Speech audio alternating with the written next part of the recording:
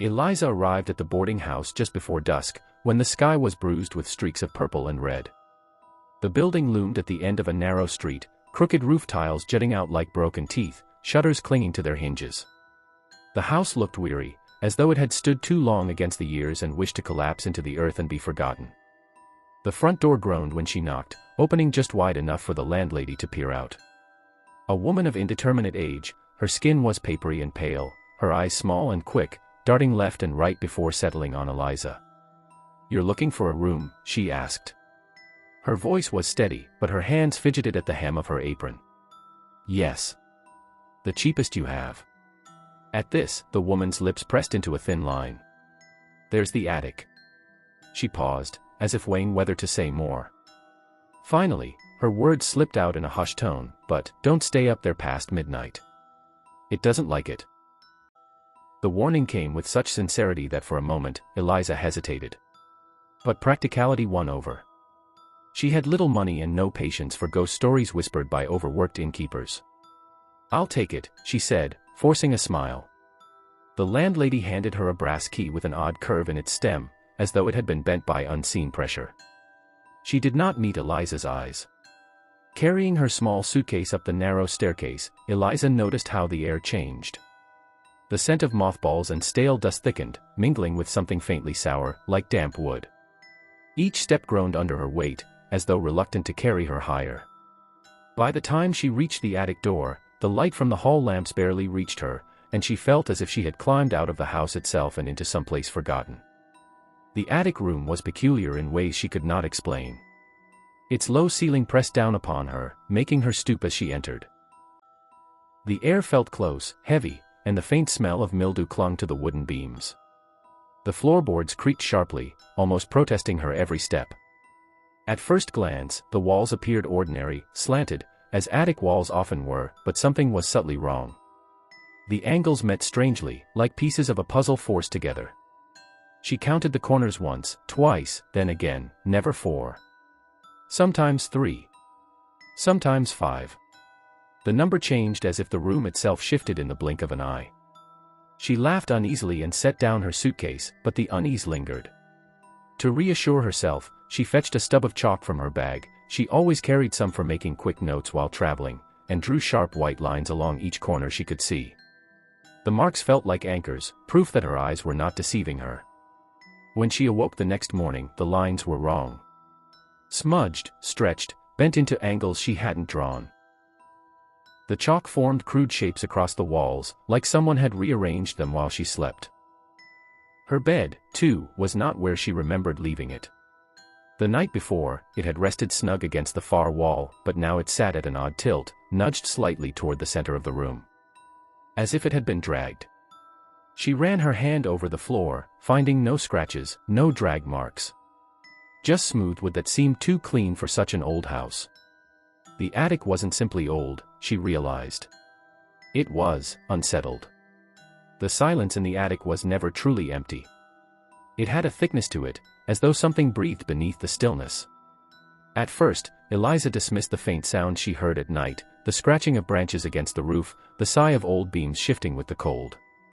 But then came the murmurs. They were so soft, she thought they must have been part of her dreams, broken syllables, scattered like ashes, slipping just beneath the edge of sleep. Yet each night, they grew clearer. By the fourth evening, the sounds had gathered into something almost human. Low voices pressing against the walls, as though a crowd had gathered just beyond them. She held the blanket tighter around herself, heart pounding in her ears. "It's just wind," she told herself. Just wind, through the cracks. But the wind did not stretch her name into the dark. Lee. Z.A. Her breath caught. The voice was thin, drawn out, like a child playing with a word it only half understood. She stared at the wall, pulse racing, until finally, compelled by something she could not name, she leaned forward and pressed her ear against the plaster. Her breath fogged the cold surface. She could feel something, like faint vibrations, almost like whispers were crawling along the inside of the wall itself. "Who's there?" she whispered back, her voice trembling despite herself. For a long moment, there was only silence. Then, quick, sharp, impossibly close, came a giggle. High-pitched, childish, and cruel. The sound did not fade with distance. It lingered right there beside her ear, as though something stood on the other side of the wall, listening, waiting, delighted she had finally answered. She jerked back, knocking her candle so hard the flame guttered.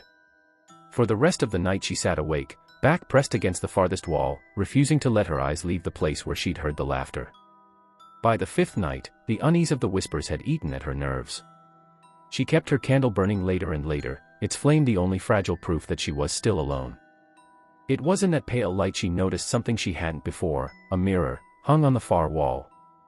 It was small, oval-shaped, its bronze frame tarnished with age. The glass was clouded, mottled with black spots where time had eaten away at the silver backing. Yet even through the distortion, her own face stared back at her. She approached, willing herself to believe it was harmless. Just a piece of furniture left behind by another tenant. Just a mirror. Still, something was wrong. She tilted her head to the side. The reflection followed, too late. A fraction of a second too slow, as if it needed to remember what it was supposed to do. Her skin crawled. She frowned, testing it again. This time, the reflection smiled faintly. Not her smile. Not a natural one. It was wide, teeth faintly bared, lips stretching in a way hers did not. Her stomach turned. She snatched a cloth from her bag and threw it over the glass, breathing harder than she realized. There, she muttered, though her voice shook. Better. That night she slept poorly, every creak and sigh of the house feeding her unease. When dawn finally bled into the room, she dared to breathe easier, until she turned to the mirror. The cloth was gone. Not on the floor, not tangled in her blankets. Folded. Neatly. Resting at the foot of her bed. And the mirror stared barefaced across the room once more, her reflection smiling faintly in the dim morning light. By the seventh night, Eliza noticed something she could no longer excuse. Each morning, her bed was closer to the door, though she had no memory of moving it. At first, it had been only inches, small enough to blame on restless tossing and turning. But now, it sat nearly a foot away from its place against the wall, angled unnaturally, as though it were trying to flee. Her journal became her only comfort, her proof against the house's tricks. She wrote in jagged lines, her hands trembling, "The room isn't right. The corners change when I'm not watching. The walls seem to lean closer each evening, bending inward like the slow jaws of a trap." The air grew thick, harder to breathe, and when she lay down she felt the weight of the ceiling pressing against her chest. Even the floor seemed to tilt ever so slightly, pulling her toward the strange angles that refused to stay still. That night, at the stroke of midnight, her candle flame trembled violently, flaring as if resisting an unseen wind. The air was dense, heavy with a pressure that made her ears ring. Then the beams groaned. Long, drawn-out creaks, not of wood settling, but of something sighing, something vast and tired that had just become aware of her. Eliza clutched her blanket and stared at the shifting shadows on the wall. She realized, with a cold certainty that rooted her in place, that the room wasn't merely strange. It was alive. And for the first time, she felt it breathe. On the ninth night, her dread crystallized into certainty. She had thought about leaving, but every time she touched the attic door, a strange paralysis set in, as though the wood itself resisted her hand. Something in the house wanted her here, and her will was not enough to fight it. When midnight came, she sat awake, candle clutched like a talisman. The flame shrank as if choked by the weight of the air. The walls began to shift before her eyes. Angles folded where none had been, corners collapsed into new shapes, geometry unraveling and reforming in ways that made her vision blur and her stomach twist.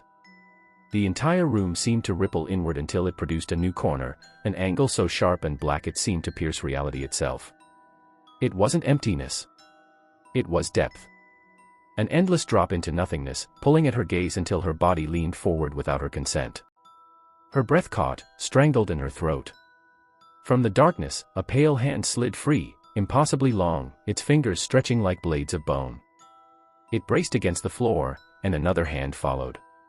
The thing that pulled itself out had no face, no features, only a head shaped like a man's and a body stitched together from shadows. Whispered voices clung to it, fluttering in and out of the air like moth wings. Eliza tried to scream, but her throat locked. Her candle died, snuffed as though pinched between invisible fingers. Only the mirror glowed faintly in the dark. She turned toward it, her last desperate hope, and saw herself smiling back. The reflection's lips stretched wider than her own, mouthing words she couldn't hear. Then, with unnatural speed, her mirrored hand shot forward, reaching out before she could turn away. The cold glass gave way like water, swallowing her scream. When the landlady climbed to the attic in the morning, the house was quiet, too quiet, as though it held its breath. She carried a broom in one hand, her shoulders heavy with the weight of routine.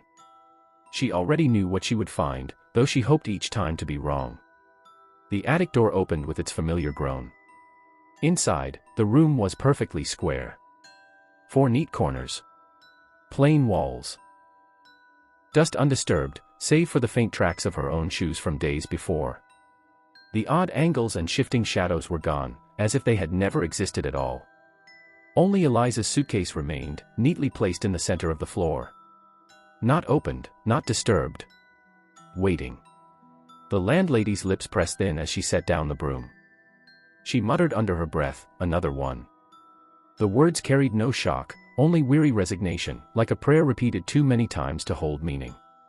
Her gaze flicked to the far wall.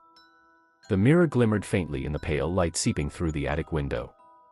At first, she told herself it was only the sun catching the glass. But when she looked closer, her stomach tightened. A face stared back at her from the mottled glass. Eliza's. The girl's features were pale and dim as though submerged in water, but her expression was unmistakable, smiling. Her lips pressed into a grin too wide, her eyes fixed directly on the landlady.